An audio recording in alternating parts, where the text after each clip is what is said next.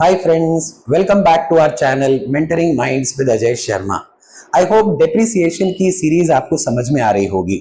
Depreciation एक ऐसा concept, एक ऐसा इंपॉर्टेंट कंसेप्ट है जो हमें ग्रेजुएशन, पोस्ट ग्रेजुएशन, इनफैक्ट हमारे लाइफ से जुड़ा हुआ है। इसीलिए हमें ये कंसेप्ट को समझना बहुत जरूरी है। आज हम कुछ एक अच्छा कंसेप्ट समझने वाले हैं रिगार्डिंग अबाउट समथिंग जो हम सोचते नहीं है। इनफैक्ट जब बिजनेस में हम कभी भी असेट खरीदते हैं, असेट खरीदने के बाद हमें ये काम बिल्कुल करना चाहिए। और ये काम है क्या? The answer is insurance. The reason, हमारे साथ एक्सीडेंट कभी भी हो सकता है। तो let us discuss over on the concept of accidental case in case of depreciation. तो ये डेप्रिसिएशन में एक्सीडेंटल केस है क्या? Now before proceeding with the concept of depreciation, let us understand the rules of debit and credit. हमें पता है ये rules of debit and credit बताने वाले थे लुका पचोली, जिन्होंने ग्रेट कंट्रीब्यूशन किया इस ह्यूमैनिटी के लिए। और हमारे सामने ये एक इंपॉर्टेंट रूल ला करके रखा, the rules of debit and credit. There are two approaches under this rule. So one is traditional approach and the other one is modern approach. Traditional approach कहता है कि accounts are classified into three categories, that is personal, real and nominal. हम अपने life में ये तीन लोगों से ही डील करते हैं, यानी हम लोगों से यानी पर्सन से डील करते हैं, हम प्रॉपर्टी से डील करते हैं और हम सर्विसेज अवेल करते हैं। इसीलिए ये रूल हमारे सामने है, debit the receiver, credit the giver, debit what comes in, credit what goes out, debit all expenses and losses, credit all incomes and gains. This is as per traditional approach. Also there is modern approach. Modern approach कहता है कि basically जितने भी accounts होते हैं वो चार categories में डिवाइड होते हैं, that is asset, liabilities, expenses and incomes. यानी जितने भी असेट्स होते हैं हम उन्हें डेबिट करते हैं, बिकॉज हम चाहते हैं कि हमारे लाइफ में ज्यादा से ज्यादा प्रॉपर्टी आए, असेट आए। लाइबिलिटीज आर क्रेडिटेड, हम उसे माइनस करना चाहते हैं, हमारे सर पर कोई कर्ज न रहे। Any how, so debit all assets, credit all liabilities. हमें यह भी पता है कि अगर असेट बढ़ेगी तो हम उसे डेबिट कर देंगे, और अगर असेट बिक जाती है यानी कम हो जाती है तो we are going to credit it. Same reversely अगर लाइबिलिटी की बात करें तो अगर लाइबिलिटी बढ़ जाएगी तो it results into negativity increases, and that's why increase in liability is credited while decrease in liability is debited. तो हमने दो अप्रोचेस रिकॉल किए, that was traditional approach and the other one was modern approach. Now हमारे exam में कुछ इस तरह का सम आएगा। Now इस सम को हमें ध्यान से देखना है और ध्यान से पढ़ना है और उसके साथ हमें ध्यान से समझना है, ठीक है। सो अगर इस तरह का क्वेश्चन हमारे सामने आता है तो आपको इसे ध्यान से देख करके पढ़ना होगा और अकॉर्डिंगली आपको काम करना होगा। तो let us first of all read ये क्या बनाने के लिए हमें कह रहे हैं। They are saying us prepare machinery account and depreciation account for the period from 2020-21, 21-22 and 22-23, यानी 3 साल के लिए they are asking us to prepare ledger account. दो लेजर अकाउंट बनाने के लिए इन्होंने कहे, मशीनरी अकाउंट और डेप्रिसिएशन अकाउंट। हमें पता है सबसे पहला स्टेप है हमारे लिए टाइमलाइन। अब ये टाइमलाइन कितने साल की बनाएंगे? सर यहाँ पे तो 3 साल का पूछा है, तो हम 3 साल की टाइमलाइन बनाएंगे स्टार्टिंग फ्रॉम 1 अप्रैल 2020 से लेकर के 31 मार्च 2023। 3 साल की हम टाइमलाइन तैयार करेंगे। अब ये टाइमलाइन तैयार करने के बाद द नेक्स्ट स्टेप इज हम इस क्वेश्चन को ध्यान से पढ़ेंगे और पढ़ने के बाद ये पूरा का पूरा क्वेश्चन हम इस टाइमलाइन पर प्लेस कर देंगे। तो सर क्या है ये? On 1 October 2020 Ganga transport company limited Mumbai purchased 2 trucks. हमने 2 ट्रक खरीदे 10 लाख रुपीस ईच के। तो यानी ये हमारे लिए 2 मशीन्स हैं जो हमने खरीदी ताकि हम कुछ काम कर सके, ठीक है। सो 1 अक्टूबर 2020 को हम असेट परचेज कर रहे हैं। We will write it on left side. 2 truck हैं तो हमने पहला ट्रक परचेज किया 10 लाख का, दूसरा ट्रक भी परचेज किया 10 लाख का। On 1 July 2021 one truck was involved in an accident and was completely destroyed, and rupees 8,85,000 were received from the insurance company in full settlement. जब भी वर्ड ये full settlement आता है ना, there is always an element of something which is incomplete. या तो आप इसे लॉस कह दोगे या आप इसे डिस्काउंट कहोगे. Anyhow, in this case 1 जुलाई को ये ट्रक का एक्सीडेंट हो गया. हमें पता है कि जब एक्सीडेंट होता है तो नुकसान प्रॉपर्टी का भी होता है और साथ साथ में इंसान का भी होता है, बिजनेस का भी होता है. तो हमारे बिजनेस का तो लॉस हुआ ही, जो गुड्स लेके जा रहे थे वो डैमेज हुआ होगा, एंड साथ साथ में ये ट्रक डैमेज हुआ ऑन 1 जुलाई 2021. हमें पता है 1 जुलाई 21 अप्रैल के बाद आएगा, 1 अप्रैल 2021 के बाद.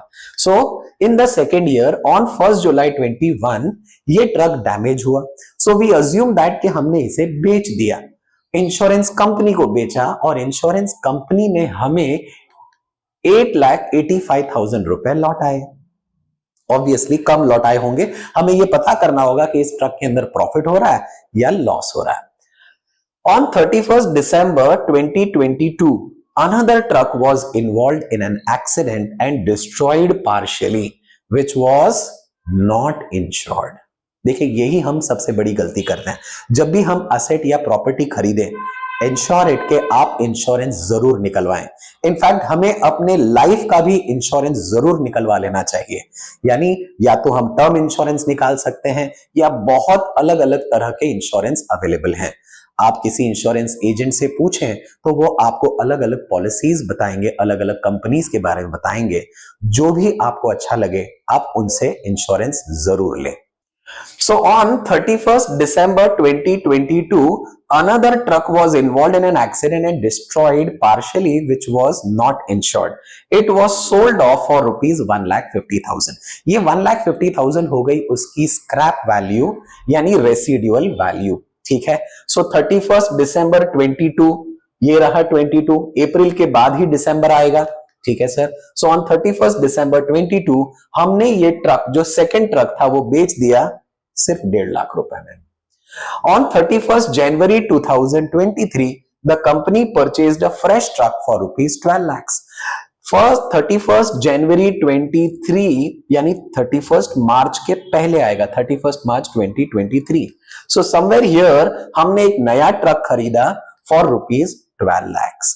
Depreciation was provided on 31st March at the rate 10% per annum on the original cost method. हमें पता है ओरिजिनल कॉस्ट मेथड को स्ट्रेट लाइन मेथड भी कहा जाता है. ग्रेट. तो अब हमारे पास ये पूरा का पूरा सम हमने टाइमलाइन पर रख दिया है. अब रखने के बाद नेक्स्ट स्टेप क्या है, हमें कैलकुलेट करना है कितने मंथ्स हमने कौन से असेट यूज किए.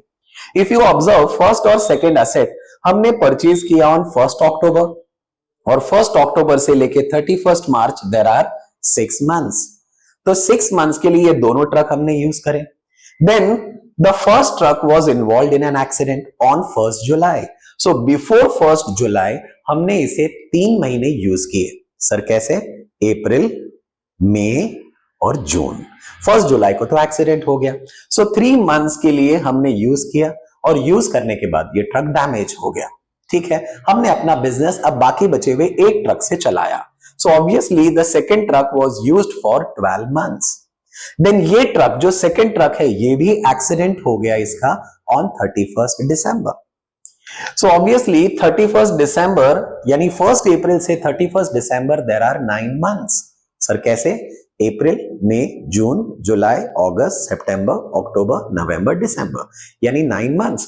9 months के बाद एक्सीडेंट हुआ और एक्सीडेंट के बाद ऑब्वियसली हमें ये बेचना पड़ा. देन 1 month का गैप, इस दौरान हमारे पास कोई भी ट्रक अवेलेबल नहीं है. ऑन 31st January हमने ट्रक खरीदा तो जनवरी तो यूज ही नहीं किया, बचा अप्रैल यानी जनवरी के बाद आता है फरवरी और आता है मार्च यानी 2 months. सो 2 months हमने ये थर्ड ट्रक इस्तेमाल किया. अब सर तीसरा स्टेप क्या करेंगे? तीसरा स्टेप हम बनाएंगे टाइमलाइन. कितना आसान. अरे टाइमलाइन तो हमने बना चुके हैं, हम शुरू करेंगे कैलकुलेशंस. ठीक है. सो आगे देखते हैं. कैलकुलेशंस के लिए हम इस तरह से फॉर्मेट तैयार कर सकते हैं. हम डेट, पर्टिकुलर्स, मशीन 1 2 3 और टोटल कर लेंगे.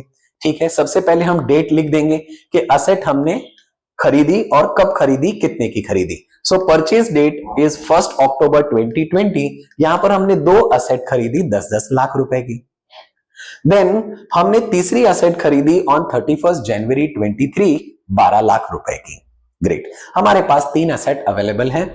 अब फर्स्ट ईयर जरा ध्यान देंगे, first year. Okay, first year हमारे पास दो असेट है, इन दो असेट पर हम कैलकुलेट करेंगे डेप्रीसिएशन। ठीक है, सो डेप्रीसिएशन हम कैलकुलेट करेंगे 6 महीने के लिए। सर कितना होगा? अगर 10% एक जीरो पर हाथ रखते हैं तो आपको मिलता है 1 लाख। 10 लाख का 10% होता है 1 lakh. 1 lakh is depreciation for 12 months. तो हाफ ईयर यानी 6 महीने का कितना होगा? Sir obviously 50,000, right. सो 50,000 हम फाइंड आउट कर लेंगे written down value, and then we will find out the total depreciation as well as total written down value.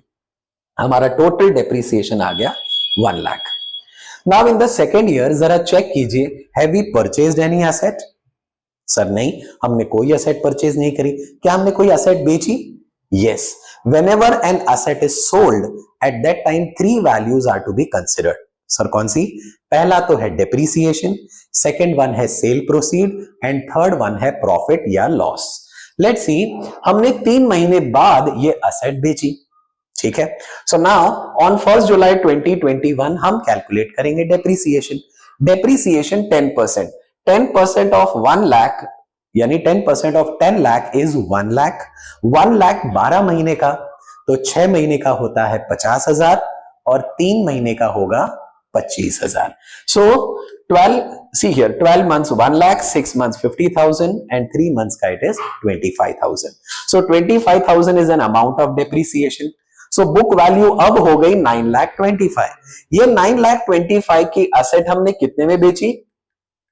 Sir हमने इसे 8,85,000 में बेची, यानी 8,85,000 और डिफरेंस अमाउंट 9,25,000, डिफरेंस होता है 40,000। ये 40,000 रुपए का हमें हो गया लॉस। लॉस क्यों हुआ? बिकॉज ऑब्वियसली इंश्योरेंस कंपनी ने हमें पूरा का पूरा क्लेम नहीं दिया। ठीक है, कोई बात नहीं, 40,000 तो हम भोग सकते हैं। आगे बढ़ते हैं। Now the second year we are utilizing the asset, the second asset completely for 12 months. ये जो सेकेंड असेट थी ये हमने 12 महीने के लिए इस्तेमाल करी। So at the end of the year हम कैलकुलेट करेंगे डेप्रीसिएशन। सर कितना डेप्रीसिएशन होगा? 10% ऑफ 10 लाख होता है 1 lakh.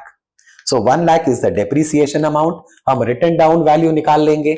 Late us find out the total depreciation and total written down value. So let's see in the third year now. If you observe, check out, have we sold any asset? Yes. हमने ये second asset बेच दी है। ठीक है, यानी ये वाली asset, second asset हमने बेच दी। After 9 months we are selling. तो सबसे पहले हम कैलकुलेट करेंगे 9 months का डेप्रीसिएशन। 9 months का डेप्रीसिएशन आता है 75,000। आप पूछोगे कैसे आया? See, 6 months का 50,000, यानी 12 महीने का 1 लाख, 6 महीने का 50,000, 3 महीने का 25,000, 6 and 3 is 9 months, तो 50 and 25 75,000। नाउ 75,000 माइनस करने के बाद आपके हाथ में आ जाती है बुक वैल्यू 7,75,000। ये 7,75,000 की असेट आपने कितने में बेची? सर हमने इसे 1,50,000 में बेच दी। So in this case there is profit or loss? Sir there is heavy loss, right. Heavy loss क्यों हुआ? क्योंकि हमने इंश्योरेंस नहीं करवाया था। ओके, सो इसीलिए सबक यही हमें मिलता है कि हमें इंश्योरेंस जरूर करवाना चाहिए। आगे बढ़ते हैं। We have purchase the third asset and used it only for 2 months. ठीक है, सो नाउ 2 महीने का हम डेप्रीसिएशन कैलकुलेट करेंगे। 10% ऑफ 12 लाख होता है 1,20,000।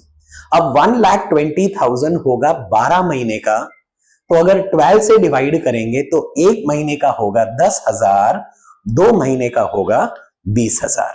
सो 20,000 is a depreciation for 2 months। Okay, so let's calculate the written down value. Also let us write down the total depreciation. ठीक है, तो अब हमारे पास ये पूरा कैलकुलेशन रेडी है। अब क्या किया जाए?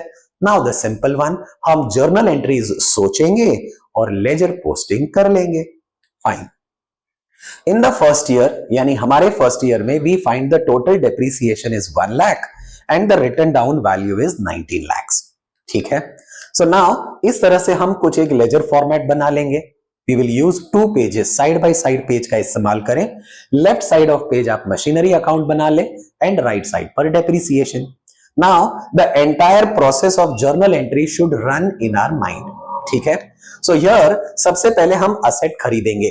When you purchase asset comes in or goes out? The answer is asset comes in and cash goes out. So machinery account के डेबिट साइड पर हम लिखेंगे टू कैश, जहां पर हम 2 ट्रक खरीद रहे हैं for 20 lakhs, and cash account we assume that we have done the posting. The reason they are not asking us to prepare cash account. जितना पूछा जाए उतना ही जवाब देने का, ज्यादा बोलने का नहीं. ठीक है.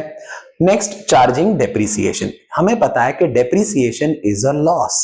It's a non-cash expense. Anyhow, so this loss has to be debited, and this loss is recorded basically as depreciation to machinery. Depreciation is charged on machinery. So depreciation account debited to profit to machinery account. Depreciation account में debit side पर हम लिख देंगे to machinery, the same depreciation amount 1 lakh, और here machinery में credit side पर हम लिखेंगे by depreciation 1 lakh. कितना easy. Then this depreciation we will transfer it to profit and loss. हमें पता है डेप्रिसिएशन ट्रांसफर करने के लिए हमें ऑपोजिट इफेक्ट देना है and will transfer it to profit and loss account. Check out, are we preparing profit and loss account? नहीं. So we assume that we have done the posting in profit and loss account. Depreciation account में credit side पर हम लिखेंगे by profit and loss account. Sir अब क्या करना है? अब तो बच गया एक ही चीज, हमें इसे टैली आउट करना है. We have to close the books of account. So हम मशीनरी अकाउंट क्लोज करेंगे. Will find 20 lakhs and 20 lakh is heavy. So left side heavy है या right side? Sir obviously left side heavy है. So 20 lakhs में से 1 lakh minus करेंगे. So 19 lakh is the balance which we transfer it to the next year, and then depreciation account gets automatically tallied. कितना easy.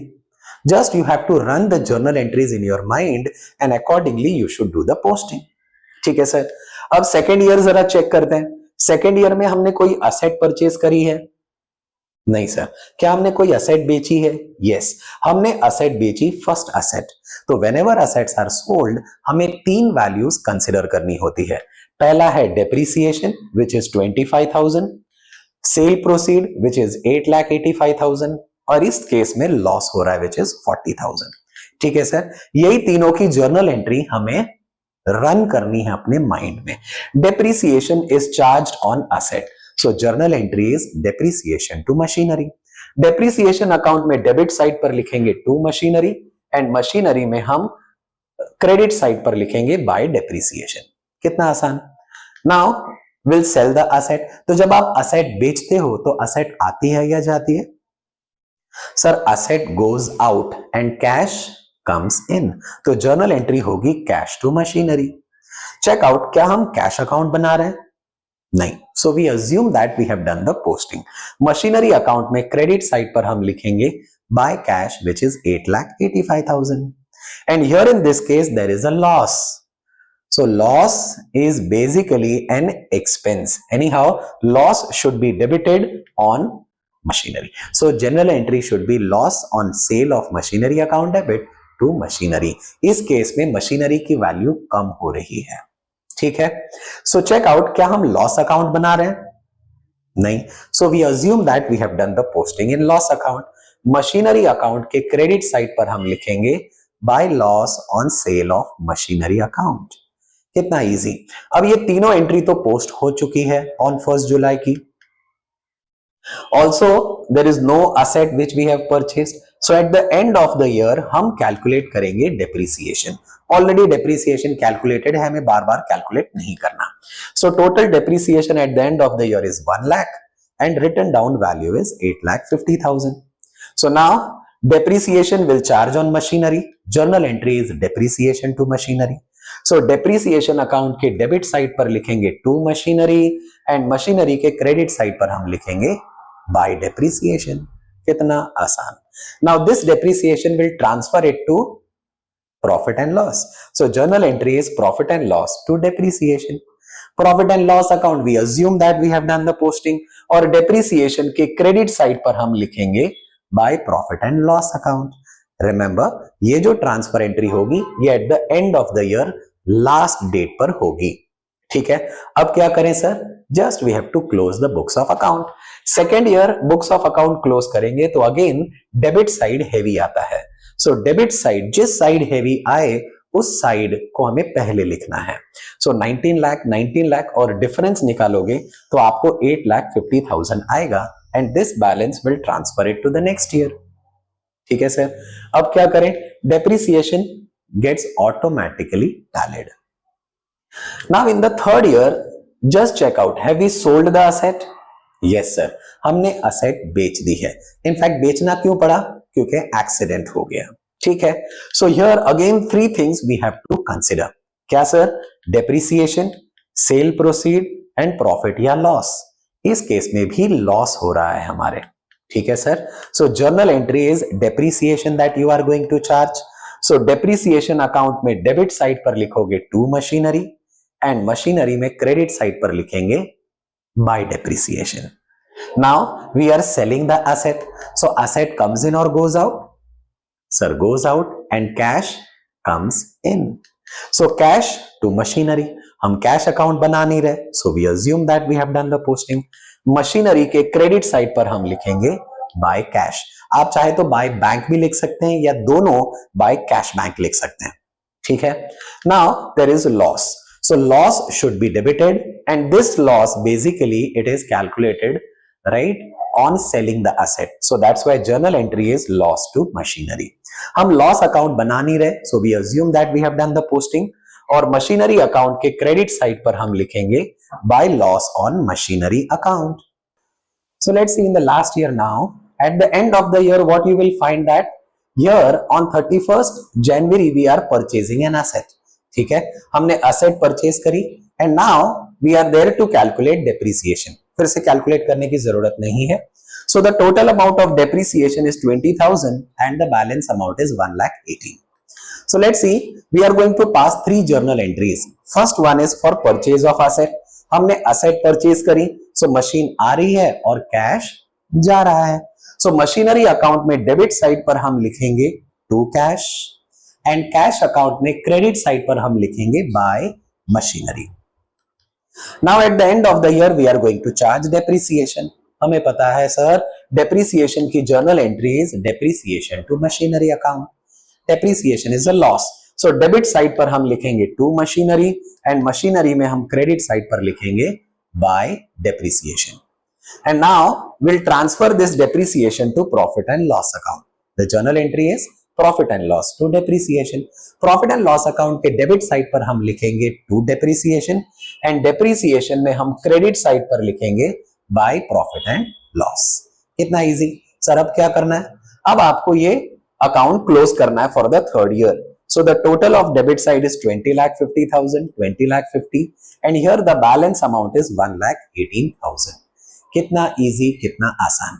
The only thing is that कि आपको journal entry आपके दिमाग में सोचनी है and accordingly you have to pass the ledger posting.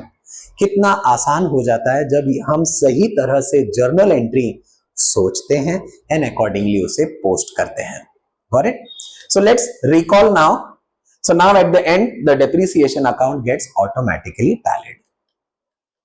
Late us recall about कि whether हमें ये कंसेप्ट अच्छे से समझ में आया या नहीं. तो let's see, salvage value. Salvage value क्या होती है? What does salvage value means? Does it mean balance value और अ स्क्रैप वैल्यू? क्या होती होगी सर? पहले तो ये बताइए कि साल्वेज होता क्या है. साल्वेज यानी रेसिडुअल वैल्यू, वो वैल्यू जो असेट आप भंगार में बेचते हो उस पर जो हमें वैल्यू मिलती है, that is called as salvage value. हो तो साल्वेज वैल्यू का आंसर है it's a scrap value. Okay, next one, under which method the depreciation value of asset is a constant one. Constant one यानी वो value जो हमेशा same रहती है. तो ऐसा कौन सा मेथड है जहां पर depreciation value of asset is always remaining constant? तो क्या वो फर्स्ट फिक्स्ड इंस्टॉलमेंट मेथड होगा या return down value method? Yes, you are absolutely right. That is fixed installment method. Right? So I hope आज का सेशन आपको काफी अच्छा लगा होगा, इंटरेस्टिंग लगा होगा, एज यहाँ पर आपने एक्सीडेंटल केस के बारे में समझा, इंश्योरेंस के बारे में समझा और कंसेप्ट ऑफ इंश्योरेंस तो कितना इंपॉर्टेंट है हमारे लाइफ के लिए। सो अपने आप को अपग्रेड करने के लिए इसी तरह से हमारे साथ बने रहिए। So keep learning, keep growing, keep watching mentoring minds.